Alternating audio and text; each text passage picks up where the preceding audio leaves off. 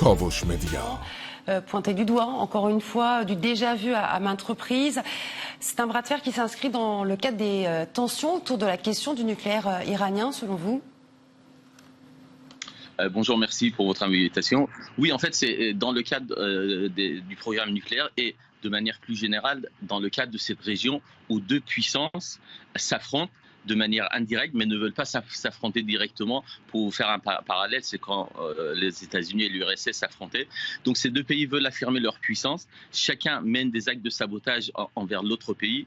L'Israël attaque les positions iraniennes en Syrie, au Liban, et l'Iran réplique de la manière qu'ils peuvent. La question la plus importante, c'est de savoir à quel moment une ligne rouge sera dépassée et qu'une guerre directe sera lancée. Telle est la question la plus importante.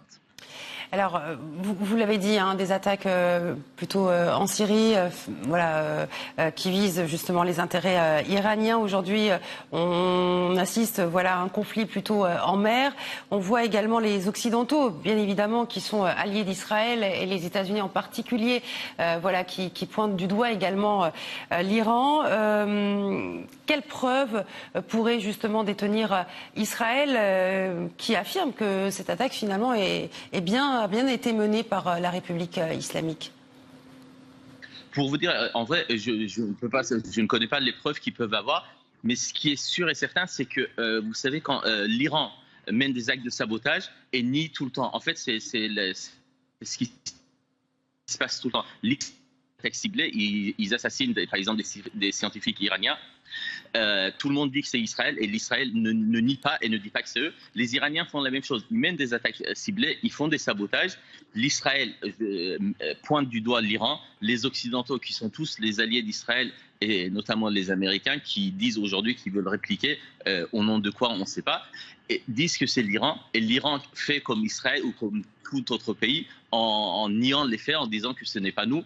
Mais on peut estimer que dans chacun des cas, les deux pays disent la vérité et les deux pays ne veulent jamais accepter que c'est leur part. Et quand le Premier ministre israélien dit que l'Iran doit faire face à ses responsabilités et accepter de porter la responsabilité de cette attaque, eux-mêmes, quand ils attaquent des bateaux iraniens ou quand ils font des assassinats ciblés, ne disent jamais que c'est eux et n'acceptent pas de porter cette responsabilité. Alors, les États-Unis qui menacent également d'apporter une réponse appropriée à ce qui vient de se dérouler donc la semaine dernière en mer d'Oman. Tel Aviv qui demande des sanctions de la part de la communauté internationale. Quelles sanctions? On sait déjà que l'Iran est sous le coup de plusieurs sanctions justement concernant le pétrole.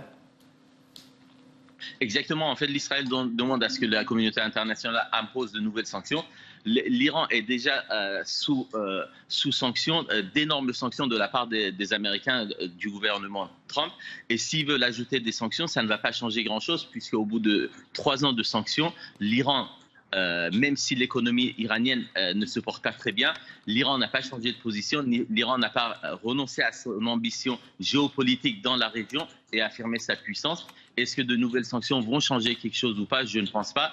L'important, c'est que l'Iran et les États-Unis puissent s'accorder sur le programme nucléaire et que l'Iran cesse ses attaques. Une fois que l'accord sera signé, l'Iran cessera ses affaires, puisque son économie va se développer et n'aura aucun intérêt à porter de nouvelles attaques contre d'autres pays ou faire des actes de sabotage.